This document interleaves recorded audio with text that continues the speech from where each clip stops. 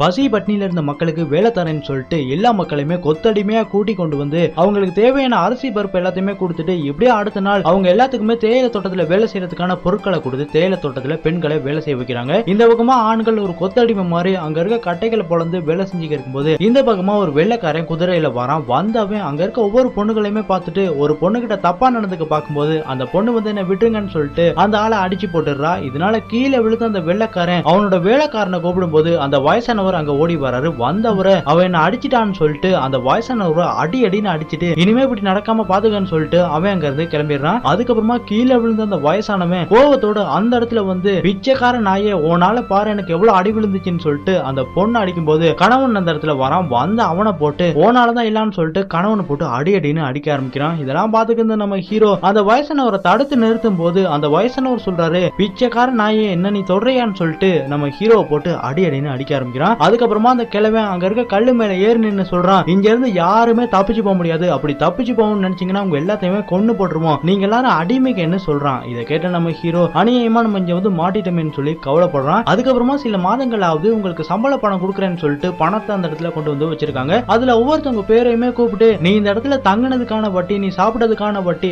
ஆக மொத்தமும் சேர்த்து உன்னோட சம்பள பணத்தை கழிச்சு ஒண்ணுமே நீ பணம் எங்களுக்கு தரணும், அதனால இன்னும் 2 மாசம் நீங்க வேலை செய்யணும்னு சொல்லி அவங்கள அனுப்பிடுறாங்க. அதுக்கப்புறமா நம்ம ஹீரோவை கூப்பிடும் போது நம்ம ஹீரோவும் சம்பள பணம் தரப்போறாங்கன்னு சொல்லி நினைக்கும் போது அவன் சொல்றான், நீ சாப்பிட்டதுக்கான பணம், உனக்கான மருத்துவ செலவு எல்லாத்துக்குமே சேர்த்து நீ நிறைய பணம் தரணும், அதனால நீ இன்னுமே வேலை செய்யணும்னு சொல்லிட்டு நம்ம ஹீரோவை அனுப்பிடுறாங்க. இந்த மாதிரி பாத்தீங்கன்னா ஒவ்வொருத்தவங்களுக்கும் ஒவ்வொரு வட்டியை போட்டு இவங்க எல்லாத்தையுமே ஒரு கொத்தடிமையாவே அந்த இடத்துல நடத்திக்க இருக்காங்க. அதுக்கப்புறமா ராத்திரியாவது நம்ம ஹீரோ இதுக்கு மேல இங்க இருக்கக்கூடாதுன்னு சொல்லிட்டு அங்க இருந்து தப்பிச்சு போறான். அப்படி போகும்போது அந்த இடத்துல வந்த பணியாட்கள் இவனை புடிச்சு இவனை கட்டி இவனோட கால்ல இருந்த நரம்பை பாத்தீங்கன்னா கட் பண்ணி இவனால ஓட முடியாத மாதிரி பண்ணி அந்த இடத்துல தூக்கி போட்டு போயிடுறாங்க. இதனால பாத்தீங்கன்னா நம்ம ஹீரோ தப்பிச்சு போக முடியாம அந்த மக்களோட மக்களா அடிமையா அந்த தேயிலை தோட்டத்திலே வேலை செய்யறான். சோ ஃப்ரெண்ட்ஸ், இந்த வீடியோ பத்தி நீங்க என்ன நினைக்கிறீங்கங்கறத கமெண்ட் பாக்ஸ்ல கமெண்ட் பண்ணிருங்க.